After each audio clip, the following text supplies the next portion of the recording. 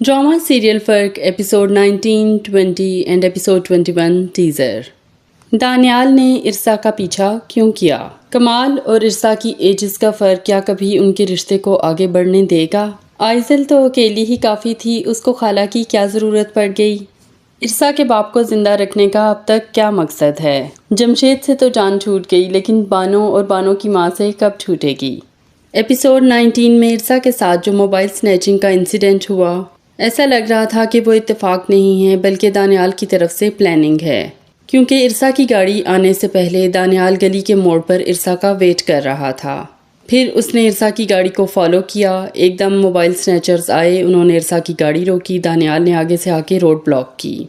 लेकिन बात यह है कि दानियाल आखिर इरसा का पीछा क्यों कर रहा था? क्या जमशेद उसको ये ड्यूटी देकर गया है या दानियाल को वैसे इरसा पसंद आ गई है? क्योंकि एपिसोड 20 में वो अपनी दोस्त को कह रहा होता है कि मुझे उस बंदे पे बहुत रश्क आता है जो खुद एजिड हो और यंग लड़की से उसकी शादी हो गई हो। तो ये भी हो सकता है कि दानियाल कहीं नेबर्स में रहता हो, इरसा के घर के करीब। लेकिन अगर ये डकैती प्लान थी तो फिर दानियाल को एक दफ़ा तो इरसा के सामने आना चाहिए था, जैसा कि एक्सपेक्टेड था, लेकिन उसने इरसा से गाड़ी में आकर कोई भी बात नहीं की। उम्मीद है अगली एपिसोड्स में ये चीज़ भी क्लियर हो जाएगी। लेकिन एक बात तो क्लियर है कि दानियाल इरसा का पीछा कर रहा था और डेफिनेटली इसमें जमशेद की इन्वॉल्वमेंट है। क्या पूरे शहर में दानियाल को इरसा ही एक लड़की मिली थी जिसकी एजिड आदमी से शादी हुई है?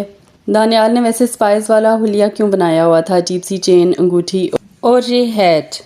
अब आते हैं इरसा और कमाल की तरफ। कमाल के दिल में शक का एक ऐसा बीज जमशेद की सूरत में डल चुका है जो कमाल खुद चाहकर भी निकाल नहीं पा रहा। एक लम्हे में वो इरसा पे ट्रस्ट करता है और अगले ही लम्हे सब कुछ बिखर जाता है। इरसा को खुद अकल से काम लेना चाहिए। वो क्यों बार बार इन लोगों की इमोशनल ब्लैकमेलिंग में आके ट्रैप हो रही है और अपना घर तबाह कर रही है? अच्छी भली एजिड और समझदार औरत है जमशेद की माँ। क्या उसकी अपनी बेटी होती तो वो पुराने आशिक का फोन नंबर देती कि उसको फोन करके कहो कि अपनी माँ से बात कर ले? फिर कमाल पीछे खड़ा सुन रहा है और इरसा से पूछ रही है जमशेद से बात हो गई तुम्हारी? इरसा ने बिल्कुल ठीक किया कि घर जाके इन दोनों की तबीयत सेट करके आई। तभी इन्हें इरसा का ख्याल आया और इरसा के घर आई। लेकिन ये तो अच्छा हो गया। अब इस नाकामी के बाद आइजल अपनी खाला को बुला रही है।